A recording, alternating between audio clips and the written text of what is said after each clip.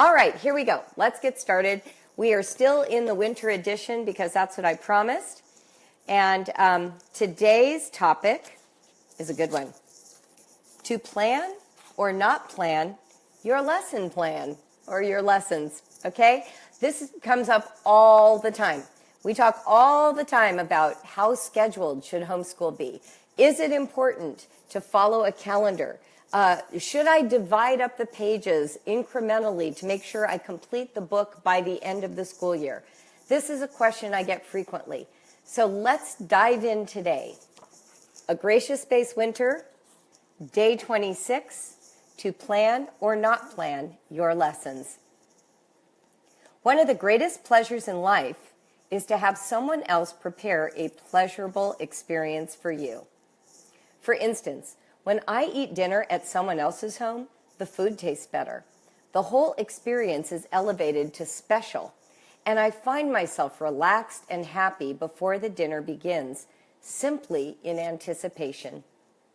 Don't get me wrong, I enjoy making a quality meal too. The tinkering with the ingredients, the paging through the cookbook, the skillful braising and simmering and broiling, these all help me invest in the meal, and I love the feeling of being a confident, competent cook. Still, even though I have taught myself to cook, and I have enjoyed the effects of my own cooking, I absolutely love meals cooked for me, whether at a friend's home or a restaurant.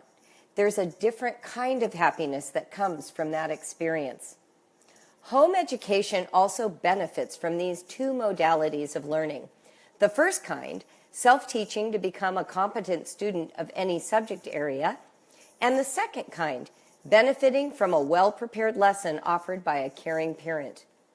In toggling between independent learning, the kind a child initiates and continues on his own, and lessons, the kind organized by you, your child will become a well-rounded, educated person. He'll have the power and skill to teach himself, such a gift, but he'll also receive the gift of a lesson well prepared. Self-guided instruction is a popular motif in home education. It's one of its fabulous goals, too. Anyone who realizes that a little concerted effort and a willingness to explore, read, and test ideas without the badgering of a schedule or a series of pop quizzes and tests discovers the joys of being an autodidact.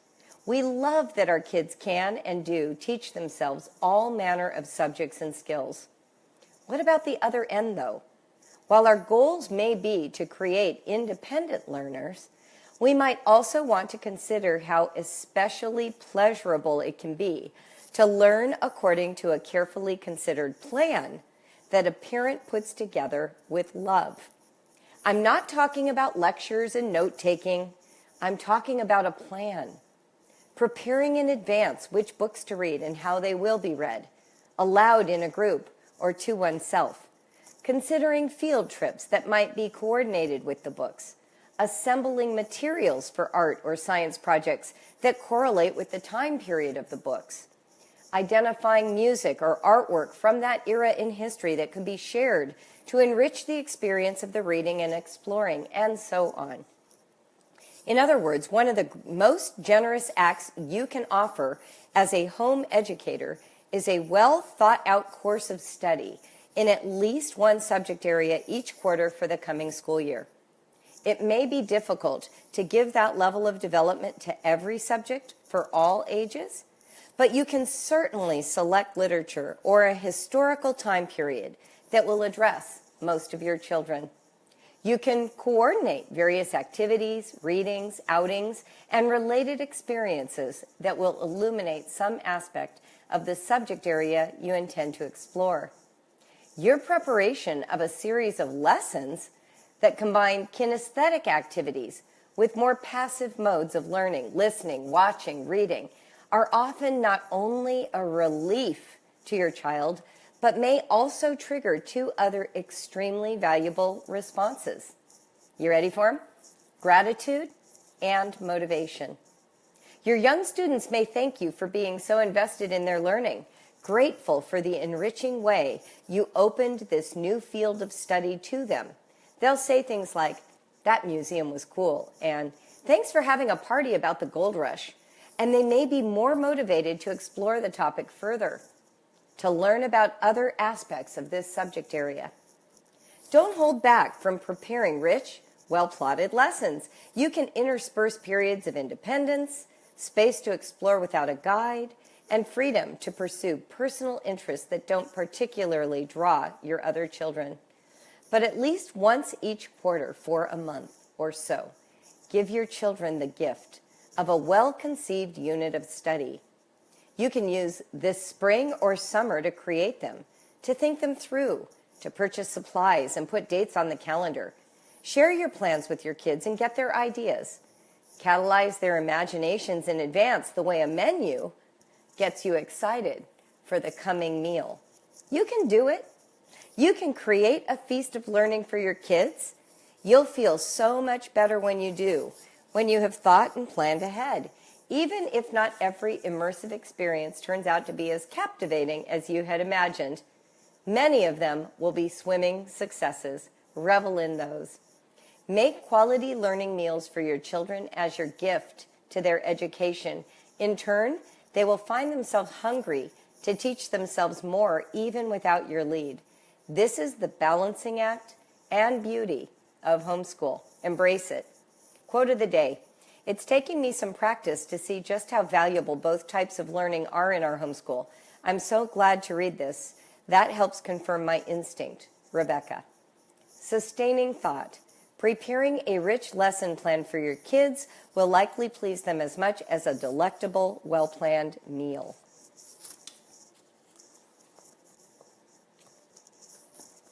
I love this topic. One of the funniest experiences of my life was this. My kids were embarking on a whole philosophy of unschooling at the same moment I started graduate school at Xavier University. So on the one hand, I was freeing up our homeschool for all this self-directed learning because it just seemed like that was the next thing to do, all while I was embarking on a traditional academic education with professors, lectures, note-taking, quizzes, papers to write, a planned schedule for reading, books selected for me. And I had the strangest revelation while I was doing it. I realized that both had value.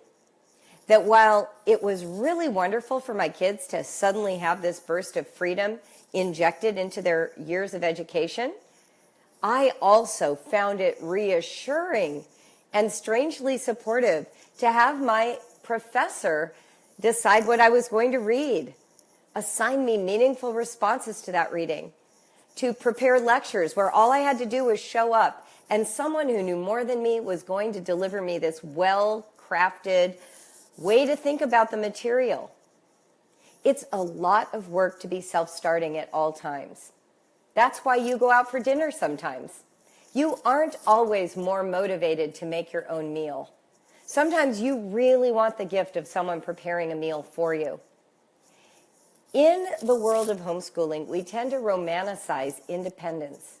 We tend to think that it proves our children are learning more.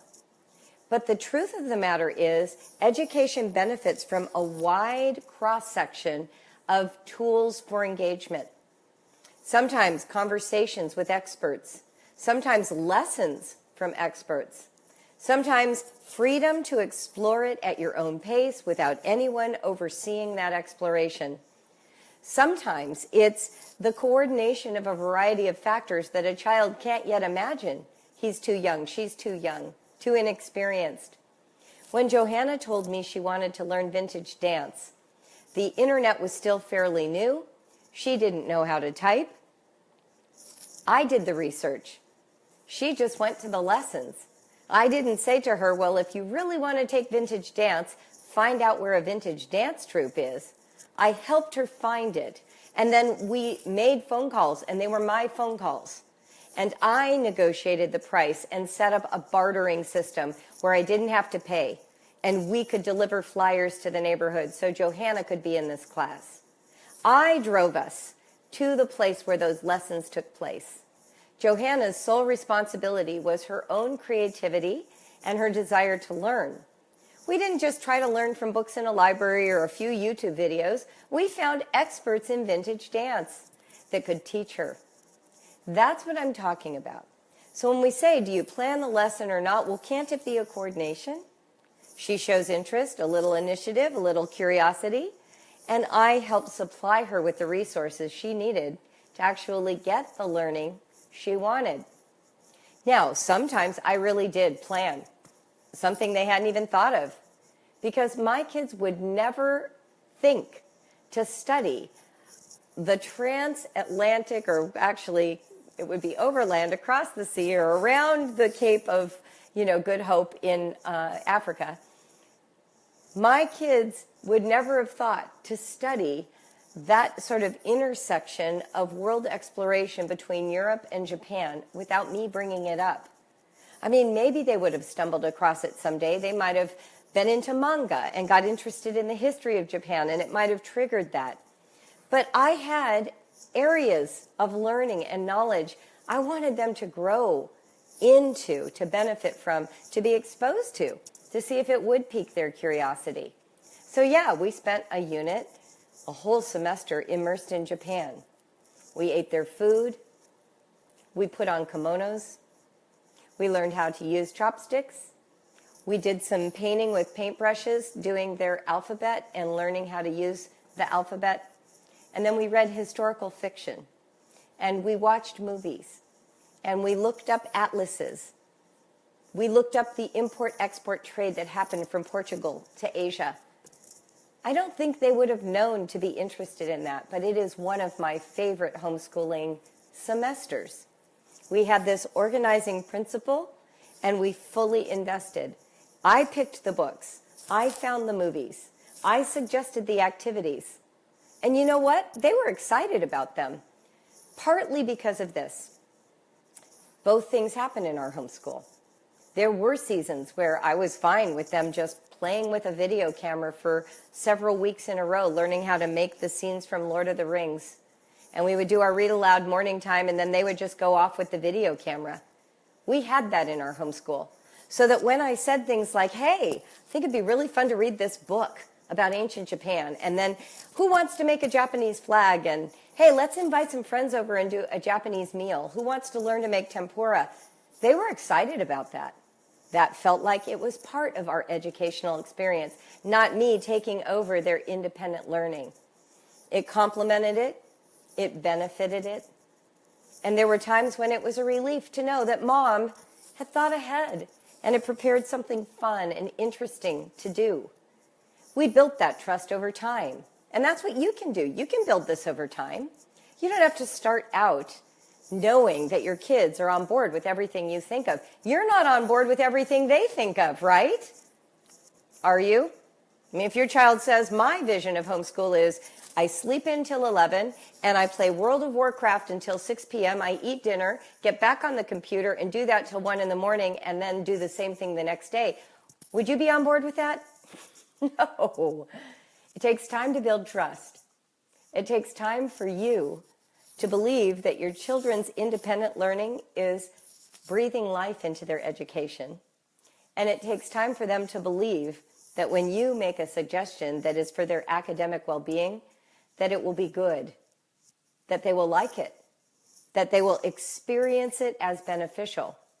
So while you're on this journey of identifying independent and dependent learning, planning a lesson and not planning, allow for that trust to grow. Recognize when either of you have violated that trust. It's going to look different in each family and each relationship. Sometimes you're going to come down too hard and not allow enough freedom. And sometimes your lessons are going to be boring and they're going to be suspicious of you and say, wow, that was awful. Why did you make us do that? Sometimes your best plan, I got so into Native Americans the first time I taught it with my kids, and they just were not interested. We made teepees. We made domiciles. I drew the maps of all the major Native American nations. We went to a mission and learned about the relationship between Native Americans and California missions. They just didn't care. I put in all this energy and it just wasn't their thing. I learned a lot, and it was okay. That's what I learned. I just shared. They got some benefit, but it wasn't what I expected. Meanwhile, all of those hours they've spent playing video games or learning how to do, rock band. I couldn't see it. I didn't love it. It wasn't my thing. I didn't find myself going, wow, what a great use of time. They're adults now, my 5 kids. 2 of them have incredible programming skills, and they were drawn to that through their years of learning cheat hacks for gaming and learning how to manipulate the backside of their online lives. So maybe it really did have benefit. And my kids tell me stories of their favorite memories with siblings, and many of them are around computer gaming.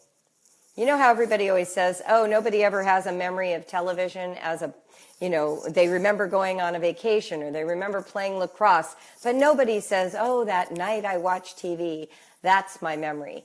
I saw that meme on Facebook and I paused and realized it was a lie. My best memories with my dad are all around television. We watched sports together. We watched Columbo. Our family religiously watched the Mary Tyler Moore Show and MASH. And those are some of my best memories, some of our most inside family jokes. So televisions, screens, games, you don't know what nourishment is coming from those. But you might not find it nourishing to you, just like they didn't always find the study of the Native American tribes nourishing to them. But it's all combining to create this home-brewed home education experience. See what I mean? So one of the things that you want to consider is allowing for variety. You being in charge, they being in charge. Somebody says she just began a new business and homeschool has not been non-existent. How can she get back into it? Well, belly up. That's my favorite thing to say, go belly up. Say, whoa, I've really neglected you for several weeks now. I've been so excited about my business. And I sort of feel ready to bring some order back into our lives. How about you? Do you feel ready? What if we wade our way back in with a really elaborate poetry tea time? Who wants to think of a theme? Let's start with that. What foods could we have? Always start with something that is soothing and welcoming and inviting. Don't just hit the books because you haven't been hitting the books. That won't draw anyone back in. Start with a field trip. Start with a really good movie. Find a compelling read aloud and read several chapters in a row. Don't break it into just 3 pages a day. Really dive deep into something that makes people happy. Buy a brand new huge Lego set and have everybody work on it for a couple of hours. Reinvest in the shared time, the shared learning time, and that can re-jumpstart your homeschool. Yeah, so Sarah is remembering watching Agatha Christie mysteries and Perry Mason, and it's a part of her sweet childhood memories. Exactly. Do not despise what creates connection. And television is one of the sources of connection. Culturally, we reference TV shows everyone watches all the time in popular culture. You almost feel out of it if you haven't seen Friends or Seinfeld, right? So there's nothing wrong with television. It's finding this whole, sort of milieu interesting to you. How sometimes it's a relief to have someone direct your life, and other times it's oppressive.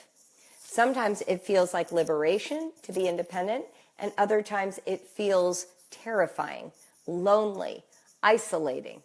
And you want to pay attention to both of those streams and bring in what you can do to create and build connection to each other, to the topic, to the feeling of being at home.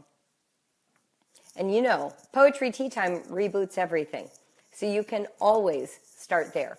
If you're losing the thread, Poetry Tea Time is this crazy blending of the two things. You're preparing a space, you're using your dishes, and you're making your delicious treats, and you're lighting candles, you're making the centerpiece, but then everyone gets to choose whatever poem they want. But it's Poetry Tea Time. So they're not necessarily choosing to bring some other reading with them, not that they couldn't, but what I'm saying is there is a quality of it having a boundary that creates the opportunity for exploration. So we're going to meet at this time, at this table, with this stack of books. But you can pick any book you want. You can eat any of the foods on this table. You can have as many, cups of tea as you like. It's that mixture. It's that balance. It's that feeling of integration, freedom to explore, and the responsibility to curate a space. The space matters. The context matters. Planning can be more about context than a schedule. It can be changing the lighting in a room. It can be adding a blanket to reading. It can be asking your child to partner with you. I've been thinking about the ancient Greek myths, and I think it'd be so much fun to read those. Do you want to help me find some good books at the library that we could bring home and explore and see which one we want to read? Like that. Rather than doing education to your children, the tendency so many of us have left over from school, telling our children what they're going to learn or what we expect them to learn or what we're going to teach them. This isn't about teaching. This is about collaboration in the learning experience. And one of the most wonderful aspects of graduate school versus undergraduate or high school or elementary school is the way the professors start treating you like peers. In graduate school, there is a collaborative energy. You're supposed to begin to risk your own insight. And even though they assign the readings, you're encouraged all the time to bring in your own reading and bring in your own background and your own experiences. And that's kind of how I think about homeschool. It's this curation of collaboration in a homey, cozy, hygge kind of environment, that Danish term that means coziness, like that. Whenever you're up against a roadblock, how do I pull my kids back in? Think about the context. Don't just think about the content. What feels invitational in my own life? Is it eye contact? Is it a squeeze on the shoulders? Is it a treat I can eat? Is it good lighting? Is it changing the time of day or location? Sometimes just changing the time of day you encounter a subject renders it less schooly. Liam, my son who is dysgraphic, liked working on original writing alone with me in the evenings.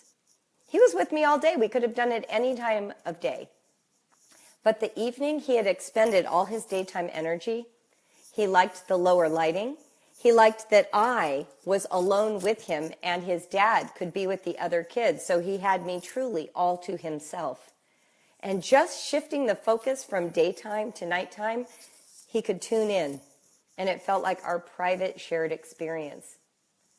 That's what I'm talking about when I'm talking about planning or not planning. I'm not just talking about how many pages do you have to get through by the end of the week. Does that make sense? One other thing, I see Stacy bringing up something about her kids.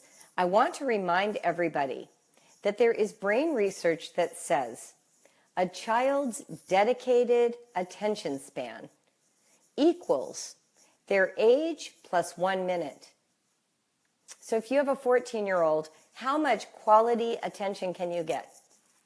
15 minutes.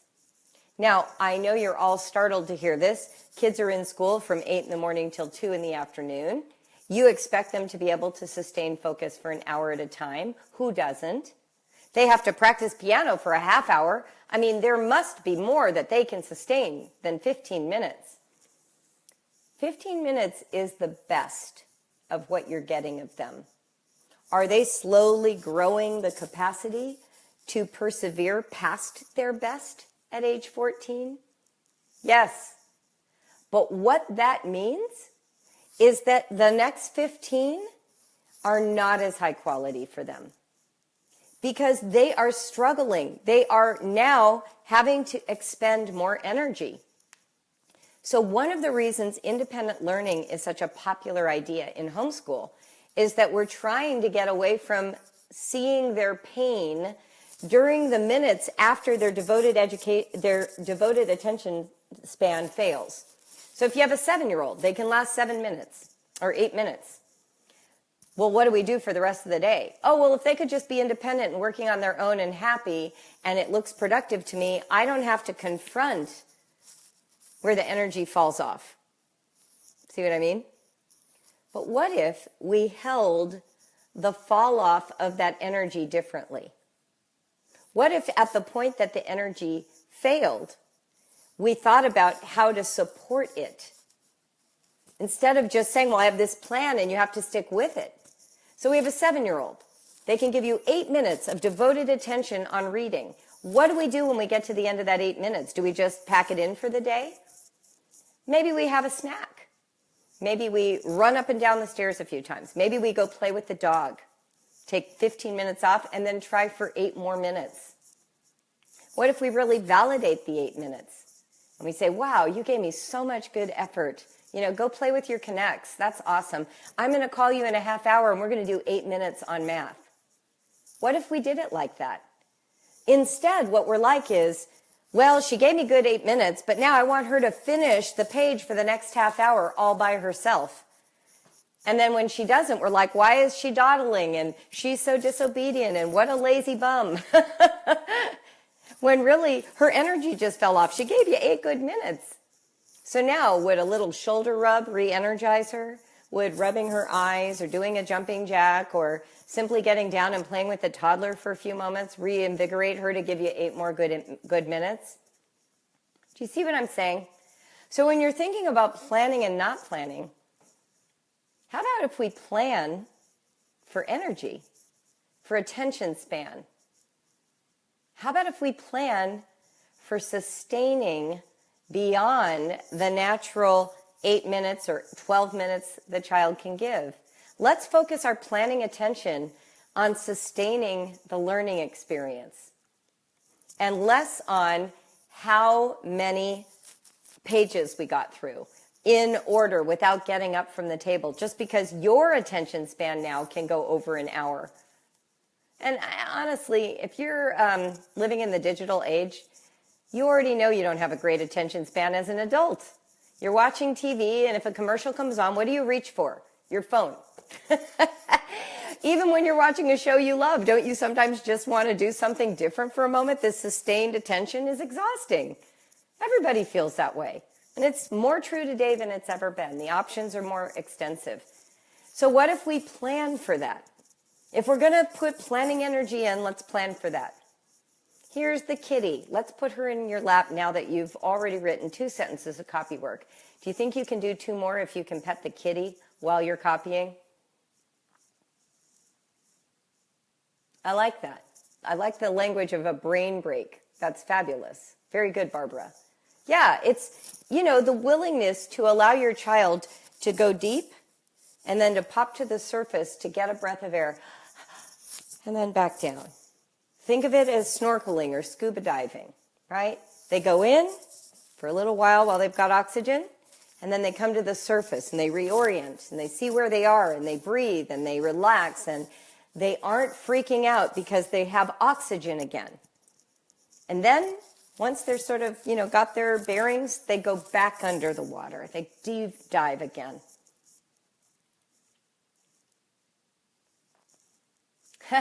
Stephanie says, why don't we have a dog?